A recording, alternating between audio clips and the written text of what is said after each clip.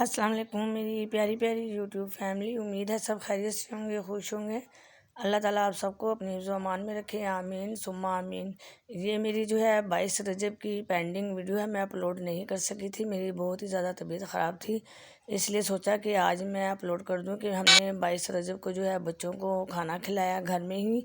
बहुत अच्छा हमने एहतमाम किया था। हमने हलवा पूरी चने और जो है खीर बनाई, साथ में हमने सालन और रोटी का भी एहतमाम किया। हमने जो है सारा दिन बच्चों को खिलाया, बहुत ही अच्छा रहा। तो मैंने आप लोगों से शेयर कर रही हूँ कि किस तरह से हमने जो है एहतमाम किया था और क्या क्या पकाया था।